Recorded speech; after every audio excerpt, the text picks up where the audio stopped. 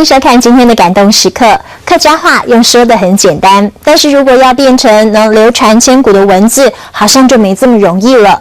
20多年前呢，客家子弟徐兆全国小教师退休之后呢，他不仅是近年常常受邀到海外教华人说客家话，甚至是花了8年的时间出版了客语词典，将整个的客家语言完整保留下来。今天感动时刻，我们就要拜访徐兆全。有趣的诗、卡腔，其他用找模仿法然后故事也规听嘅，你需要知。从最基本的发音教学生讲客家话，客家子弟徐兆全有着满腹热忱要保存客家文化。他从教客语开始，自己编教材，目前也担任客家电视台语言顾问的徐兆全，投身客语传承，还让他在今年5月中旬获得2011客家贡献奖的殊荣。不过很少人知道，徐兆全原先不是语言专家。今年62岁的他，其实是个国小的音乐老师，感慨很多年轻人不再说自己的母语，索性在退休之后开始搜集资料，将客语编辑成可以保留的文字。以后我们其他的汉语最新著作就是这一本重达3公斤，花了8年才完成的台湾客语词典。最困难的就是像口头说出来的语言，你这个不记就会消失啊，你。真的那些读音的话不会没有问题，但是口头语言再不记下来的话就没有了。这陕西话。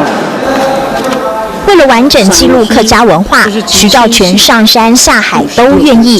只是就算拥有这样的决心，过程中他竟然放弃过3、4年的时间，因为现有的注音无法精准呈现客语发音。像合作的合，合作的合作。月光的月，月亮的月哈，这些都是一样，我们都没有办法用注音符号来表达，所以当时这样子写不下去，我就一直停留在没有进展的。就我妈妈排除万难，对客语保存使命必达。徐兆全对客家文化的贡献动力来自于他的母亲。我妈妈她说现在已经是虚岁90了。他头脑还非常的清楚，所以我问他什么，他都可以讲了很多。我都拿着纸笔在旁边，一面讲一面记录。所以其实我这一本字典也可以说，和大部分是在我妈妈的嘴里面讲出来语言。这本大家都熟悉，被翻成了80种语言的《小王子》，在徐兆全的努力下，也发行了客语版本。因为一个想让客家话发扬光大的念头，学音乐的徐兆全希望客语如音符一般传遍全世界。一字一句像拼豆芽菜，热爱客语的徐兆全让客语的美妙发音跃上纸张，忠实记录，乘着小王子的梦想，实现你我的感动时刻。